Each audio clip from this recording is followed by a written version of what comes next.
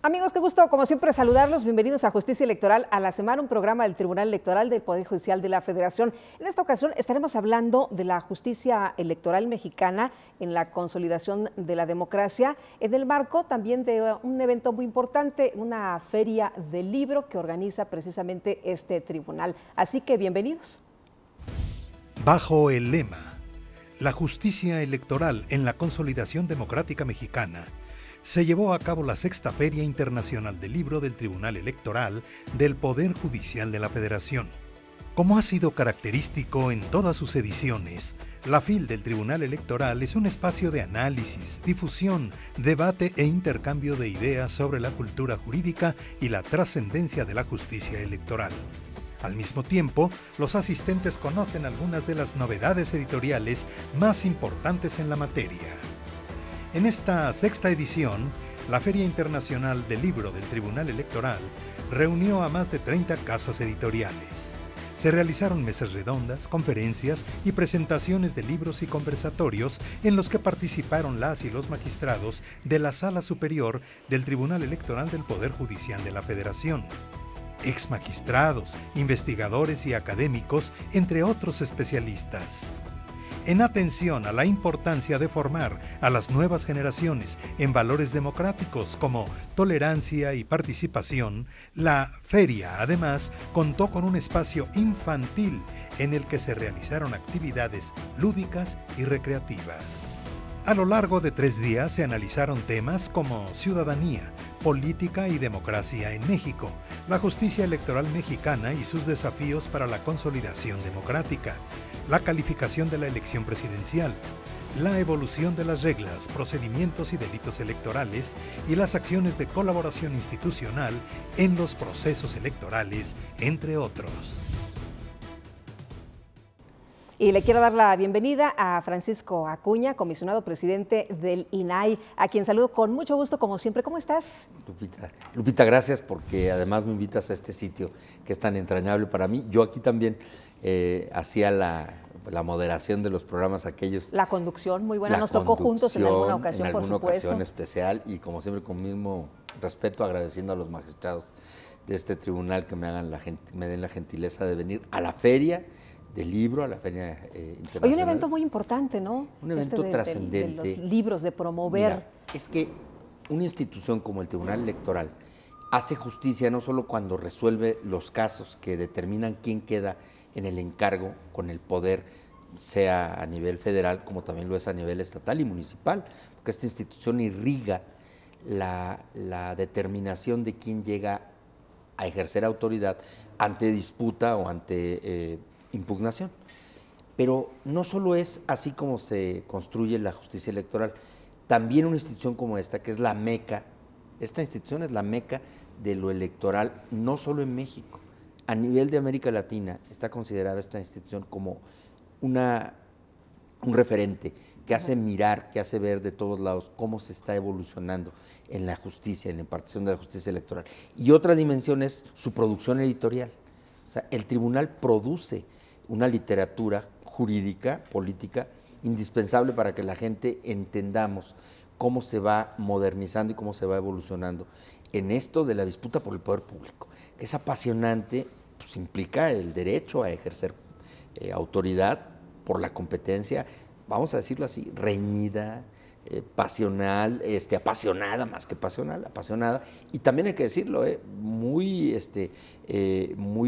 inevitable en términos de, pues no es cualquier cosa, es la democracia y sus efectos en el derecho a lo que se llama al sufragio activo, que es los que votamos por quienes compiten para el encargo, pero también el derecho de los que reclaman el derecho al sufragio pasivo, que es a quienes votan por ellos. Entonces, esto es un asunto que en México es de todos los días. Este tribunal no para, cada semana resuelve asuntos de todo el país y no para, haya o no proceso electoral. Es lo que mucha gente no sabe. No entiende. No entiende, pero qué bueno que nos expliques y estos foros nos dan la oportunidad. Paco, quisiera irme al tema de la consolidación de la democracia. ¿Cómo hablamos? ¿Hay consolidación democrática en el país? En México hay consolidación democrática. ¿Cuáles son los elementos para considerarlo así? Te voy a decir, hace unos minutos, hace un ratito, en la mesa que me tocó a mí participar con Luis Emilio Jiménez Cacho del INE y con Gustavo Parra Noriega, explicábamos que el Tribunal Electoral, la sala, en su primera etapa, ¿no? Luego el IFE, que fue IFE, y la FEPADE, fueron instituciones hijas de la transición a la democracia, que empezó de 1977 y que para muchos ya culminó en el año pasado, 40 años. Pero el INE y el IFAI, el IFAI nació en la alternancia, o sea, en el 2002-2003.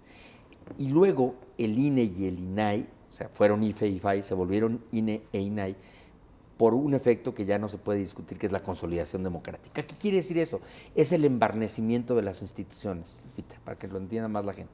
Es cuando las instituciones ya robustecen, instituciones sólidas, se vuelven sólidas, se vuelven representativas, se vuelven eficaces, porque han garantizado los derechos de la ciudadanía ante viento y marea, en lluvia y en sequía, o sea, lo digo en términos más comunes. Eso se llama consolidación democrática, cuando las instituciones ya merecen un crédito y un respeto y un reconocimiento generalizado, más allá de que haya malquerientes de ellas. Las instituciones no nacieron para ser tampoco aplaudidas y elevadas al grado de la idolatría, no. Las instituciones tienen contacto ciudadano. Cuando esta institución resuelve quién gana y quién pierde, pues lógicamente que el que gana va a decir es magnífico el Tribunal Electoral, y el que pierde va a decir, a pesar de que esté convencido que perdió correcta y debidamente, pues que se queda con la duda o la molestia, ¿no? Eso es igual, las instituciones, el INAI abre la información pública, muchas veces estas instituciones, y es a lo que vamos con consolidación, están dialogando permanentemente, y ese diálogo ya no se ha interrumpido. Hay, por lo menos desde que el IFAI nació en 2003, a la fecha 15 años de diálogo ininterrumpido entre lo que es el Tribunal Electoral, con sus sentencias y con sus trabajos de colaboración institucional permanente. Ya yo como presidente del INAI firmé el año pasado una ampliación y una renovación del convenio con el Tribunal Electoral. Yanino Talora fue a la sede y los magistrados fueron a la sede del INAI, pero antes habíamos venido, cuando llegamos al INAI hace 5 años, habíamos venido acá a la sede a firmar el primer convenio, ya INAI. ¿Qué tipo de información, tipo de diálogo se tiene? El diálogo es bien importante porque no solo se refiere a las resoluciones que nos afectan. El Tribunal Electoral y el INE son sujetos obligados del INAI. O sea, el INAI supervisa sus cumplimientos de obligaciones de transparencia y también de protección de datos personales. Con el tribunal es más acotada esa cuestión de los datos personales, porque el tribunal es una institución, bueno, que tiene una base de datos importante porque tiene un número importante de empleados, de colaboradores, de servidores públicos, y esa base de datos personales debe cuidarse conforme los cánones que la ley exige. Y en eso el INAI juega un papel permanente de contacto constructivo con el tribunal. Pero el INE, por ejemplo, custodia el padrón electoral, que son 93 millones de mexicanos los que tenemos derecho a votar. Imagínate la base de datos de ese tamaño. Y una decisión que aparte nos hace estar en permanente contacto es las denuncias por incumplimiento de obligaciones de transparencia de los partidos políticos. Y sabes que en ese caso el INAI, qué bueno, lo digo aquí, solamente le acusa al INE, a los partidos, y le dice, oye, tal partido y tal otro se están portando mal, no han cumplido sus obligaciones de transparencia, ya les dijimos que lo hagan, ya les hicimos la lucha, siguen en la posición negativa, pues ahora sí sanciónalos tú. Claro. Entonces, ese es un contacto complicado, pero es institucional. ¿Qué tan importante es el tema de la transparencia en la democracia y en la consolidación de la democracia? Las instituciones electorales nacieron para asegurar transparencia. La primera institución y las primeras instituciones que dieron luz de transparencia institucional fueron las electorales, antes de que naciera el IFAI y luego el INAI. En el contexto del INE, cuando el INE nació y el tribunal, que ya era Tricoel y se convirtió en Tribunal Electoral del Poder Judicial de la Federación, con esa evolución del tribunal, nacieron para dar certidumbre democrática, y la certidumbre democrática es transparencia. Lo que pasa es que de la elección del 2006 al 2012 hubo un trecho de avance muy significativo en el comportamiento público de los actores, de los candidatos, las nuevas circunstancias de las candidaturas independientes, mal o bien haya o no llegado como no ha llegado un candidato independiente todavía a detentar, bueno, a ejercer la figura de la presidencia, porque no ha logrado ganar las elecciones, pero ya son avances que está el tribunal resolviendo, juzgando, acotando, y el INE jugando esa experiencia. Y en esa experiencia el INAI ya tuvo un diálogo importante con el INE, acompañando la cuestión de las candidaturas independientes, porque se tratan datos personales de los que iban a manifestarles con una aplicación que fue muy cuestionada primero, muy discutible, pero el INE y el INAI tuvieron que hacer un trabajo conjunto. El INAI le abrió un expediente de investigación al INE, no se hizo escándalo en relación a eso, porque es una práctica saludable, una especie de auditoría.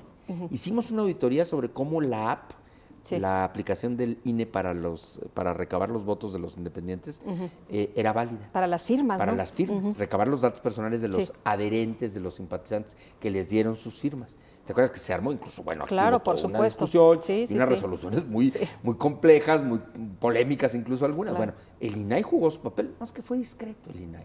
No jugó un papel protagónico de conflicto, porque no es el caso. Las instituciones no estamos compitiendo en la arena pública por ver quién se parece o quién es la más poderosa en términos de lo que logra hacer, ¿no? Porque las instituciones son como las piezas de un reloj.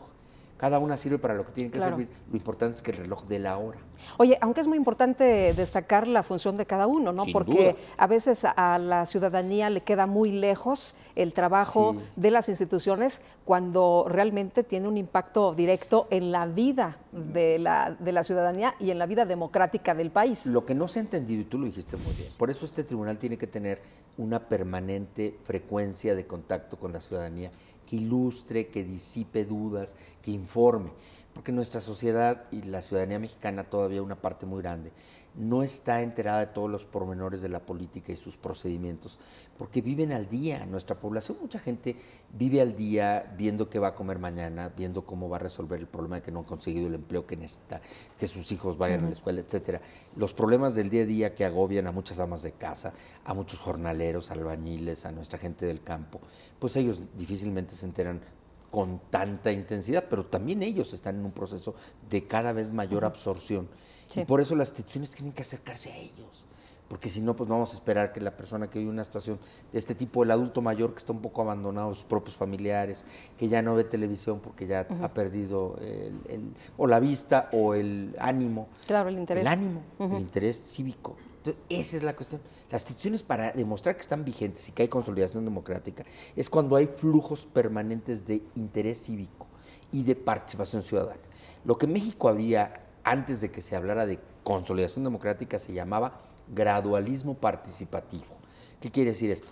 Que la gente comenzaba a decidir si votaba o no, que la gente comenzaba a decidir si se manifestaba abiertamente en redes, que bueno, este es el tema nuevo, o ante ti, por ejemplo, como tu programa permanente o diario de noticias, tu noticiero, tus muchas maneras con las que tú catalizas la opinión pública, ¿no? La gente teníamos miedo, teníamos preocupación, no nos vayan a dar un descontón en términos de una represalia del gobierno que se vea criticado. Eso ha florecido. Porque no había tanta apertura, ¿no? El huerto democrático está pleno de flores, a pesar de que sean flores algunas pues engañosas y otras carnívoras. O sea.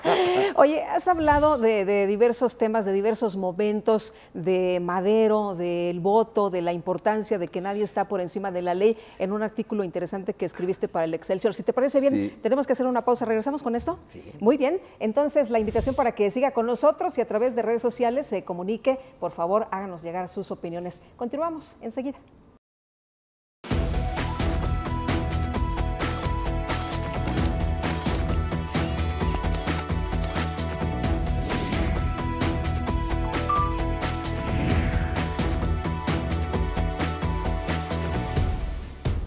La protección de tus derechos político-electorales le corresponden al Tribunal Electoral del Poder Judicial de la Federación. Sus sentencias salvaguardan cada etapa del proceso electoral. Proteger tu decisión en la urna y resolver los conflictos electorales es precisamente la función primordial del Tribunal Electoral del Poder Judicial de la Federación. Tribunal Electoral del Poder Judicial de la Federación. Justicia que da certeza a la democracia.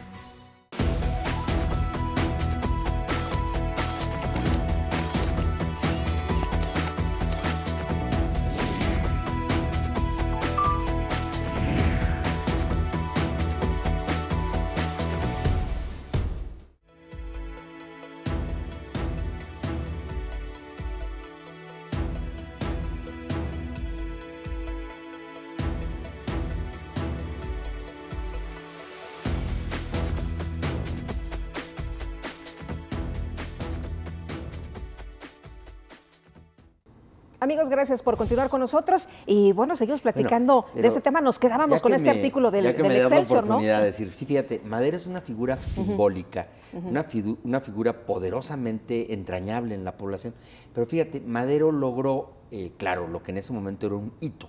Primero levantarse, redactar su plan de San Luis, luego fue apresado, redactó su plan de San Luis para declarar que era ya no había más. Tenía que buscarse sufragio efectivo, no reelección, que era lo que había sido, ¿no?, el periodo larguísimo de la dictadura de Díaz.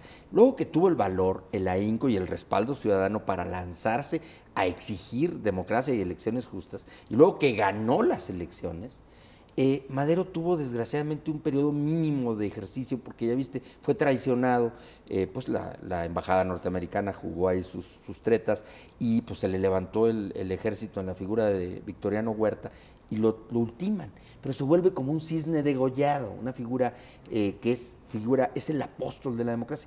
Pero entre lo que fue el inicio de la revolución y su término, ¿cuándo termina realmente? Cuando nace la Constitución del 17, en términos legales y jurídicos, que la Constitución es el lienzo que representa todo lo que fue el sueño revolucionario, el sueño de separar la dictadura del nuevo régimen. Pero ¿qué pasa? Tampoco hay un nuevo régimen inmediatamente, porque sigue habiendo un gobierno de hombres fuertes.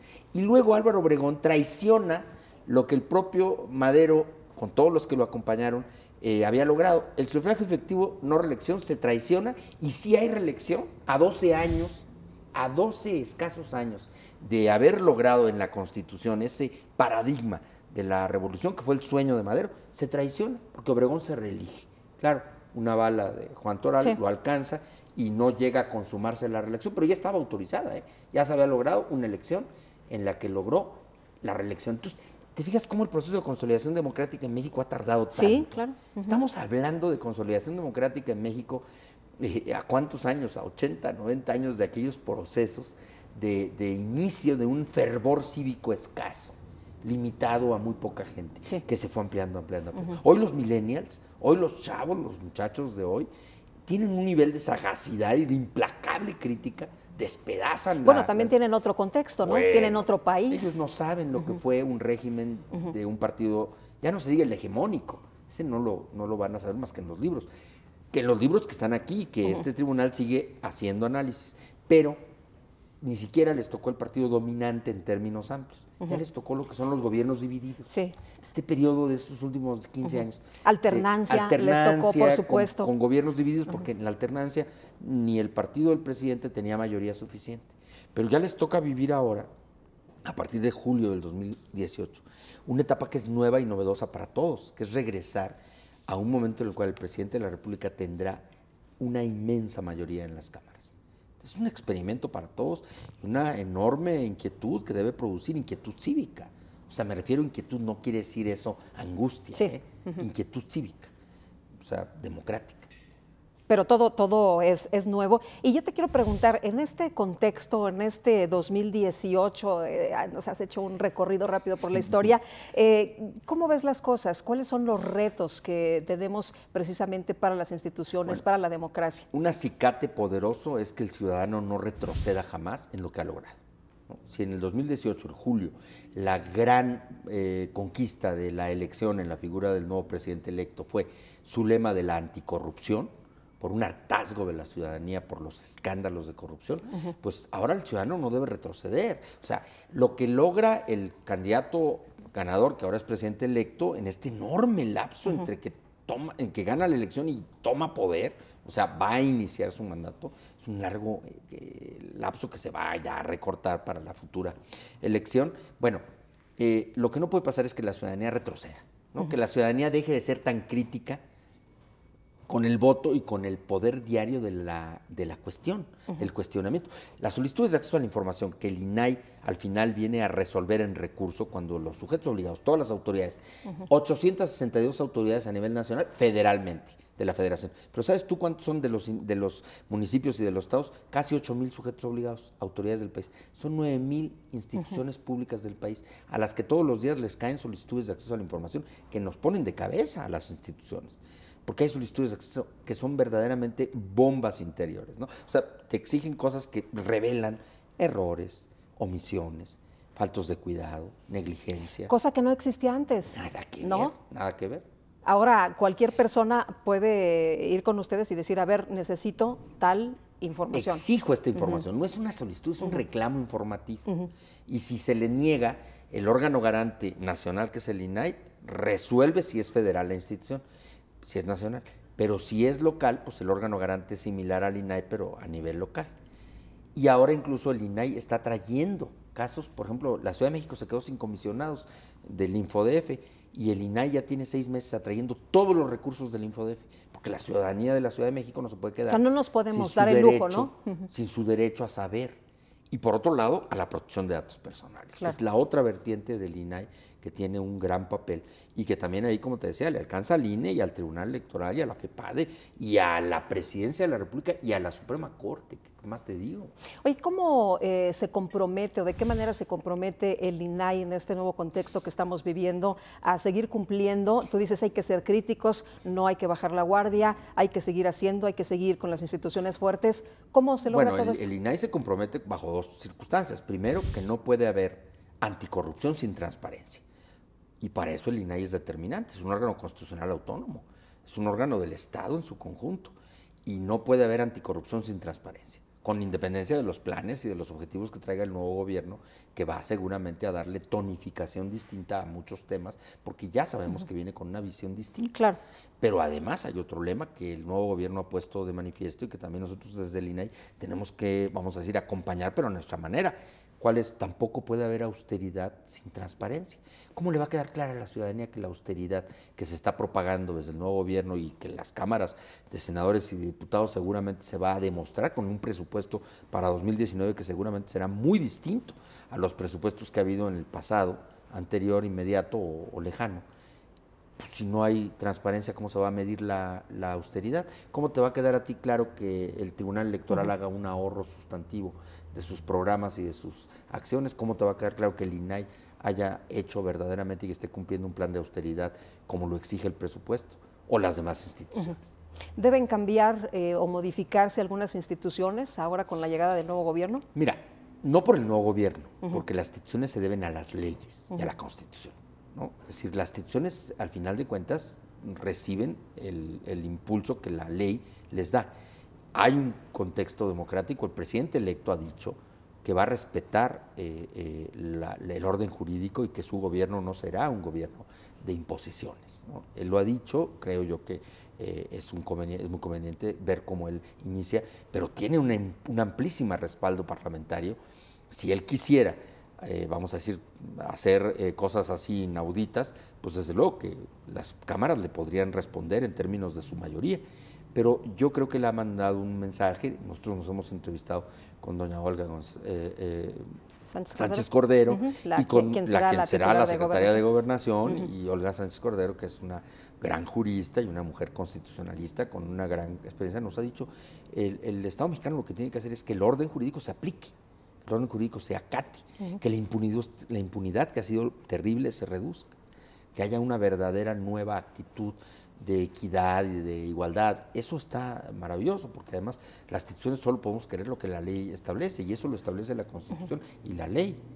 Pero, pues, desde luego, el legislativo tiene potestades, puede reformar la Constitución, los estados tienen una mayoría de los congresos que corresponden a la misma coalición que ganó la presidencia, y hay mayoría de los congresos con mayoría de esos partidos. Entonces, si hubiera cambios en la Constitución, lo pueden hacer perfectamente. Pero ya hay un compromiso del Estado mexicano internacionalmente. Y los ojos del mundo están puestos en México. Entonces, también eso es un factor importante. Claro. Oye, y bueno, seguimos con este tema de la democracia, las instituciones sólidas, y dentro de todo esto, ¿cómo va a seguir trabajando el INAI con el Tribunal Electoral? No, excelente. Los convenios son muy ambiciosos. No paramos de estar en contacto. Aquí estoy yo, como tantas veces sea necesario, y ellos van, los magistrados van al INAI. El derecho a acceso a la información es incesante. Todos los días hay una razón que nos haga que nos comuniquemos. Ingresan solicitudes al Tribunal Electoral. El Tribunal Electoral ahorita está siendo, junto con todos los demás sujetos obligados, examinado, vamos a decirlo así, por el INAI en cuanto a su cumplimiento. ¿Qué quiere decir esto? Fíjate, de 17 obligaciones de transparencia que había, hay 48. Entonces el tribunal tiene un mundo de obligaciones de transparencia también que colocar, todo lo que hace, sus resoluciones, los viajes de los magistrados, los eventos. ¿Los ciudadanos deben estar tranquilos y seguros de que todo se está haciendo de manera adecuada? Tenemos que tener confianza democrática en que todo debe hacerse de manera adecuada. ¿Qué pasa con la parte humana? Lupita, nos falla a todos. Si por más que tú quieras y el compromiso cívico sea grande, hay momentos en los que hay lapsus en las instituciones. Pues las instituciones son como las personas, ¿no? Tenemos buenos y malos días. Claro. Tenemos buenos y malos días, tenemos buenos momentos y malas horas. O sea, hay un momento en el cual alguien no funciona, no cumple, interrumpe el proceso, vamos a decir, de cumplimiento, y entonces, ¿qué pasa? Se reporta. Pero esas cuestiones se purgan, se mejoran, Pero no corrigen. por eso se dejan de dar resultados, pues. No, es muy difícil. A las instituciones hay que juzgarlas por sus grandes resultados, no por un instante, un parpadeo. Te toman la foto y te agarran con el ojo cerrado, pues saliste mal y van a decir, este señor está dormido. No, no está dormido. ¿Parpadeó? ¿No? O sea, es un instante de... Así, las instituciones parpadean, las instituciones también tienen sus, ¿no? sus momentos, tienen su ejercicio, pero lo que hay que ver es cómo este tribunal ha resuelto, por ejemplo, las más difíciles y más complejas decisiones que le han mandado los actores de la política en conflicto, en contienda electoral, cómo resolvió la calificación de la elección presidencial, cómo está resolviendo todos los pendientes que le quedan hasta enero, entiendo yo que va a acabar con toda la parte de lo que puedan ser Todavía los falta. últimos Oye, pendientes. pero entonces lo más importante es la confianza ciudadana en las instituciones. Sí, y hay un momento que tampoco favorece que esa confianza sea tan pacífica ni tan sencilla, porque estamos viendo una era nueva, la era digital, la era de la internet, la era de las tecnologías incesantes. Los millennials son críticos de por sí, ellos no van a tener confianza ciega en nada. Y qué bueno, porque además es así, pero tampoco, si no conocemos las instituciones, ¿cómo podemos juzgarlas? Claro. Muy bien, pues nos quedamos con eso. Si te parece, Paco, qué gusto poder saludarte. Muchas gracias por haber venido de nuevo Como a este siempre. espacio. Gracias. Gracias. Y muchas gracias también a usted por habernos acompañado aquí en Justicia Electoral. Lo dejo con este resumen de las actividades importantes en el tribunal y nos vemos la próxima. Que la pasen todos muy bien. El Pleno de la Sala Superior del Tribunal Electoral del Poder Judicial de la Federación revocó la sentencia de la Sala Regional Monterrey por la que se declaró la validez de la elección y el otorgamiento de la constancia de mayoría y validez a la planilla postulada por el Partido Acción Nacional. El Pleno de la Sala Superior ordenó a la Comisión Estatal Electoral de Nuevo León convocar a una elección extraordinaria para la renovación de dicho municipio. Se determinó que hubo una serie de inconsistencias a lo largo de la cadena de custodia de los paquetes electorales que contravinieron el principio de certeza. La Sala Superior del Tribunal Electoral del Poder Judicial de la Federación revocó la sentencia emitida por la Sala Regional Monterrey, mediante la cual confirmó la nulidad de la elección del Ayuntamiento de Ciénega de Flores, Nuevo León. La Sala Superior revocó al considerar que no se acreditó el carácter determinante de la irregularidad y señaló que la violación al principio de laicidad no fue determinante para el resultado de la elección. El Tribunal Electoral del Poder Judicial de la Federación confirmó por unanimidad la sentencia de la Sala Regional Jalapa, por medio de la cual se validó el acuerdo del Consejo General del Organismo Público Local Electoral del Estado de Veracruz, que declaró la validez de la elección y la asignación de diputaciones por el principio de representación proporcional en el proceso electoral local ordinario 2017-2018. Entre otras razones, la Sala Superior consideró que no hubo discriminación con la aplicación de la corrección para obtener la paridad de género.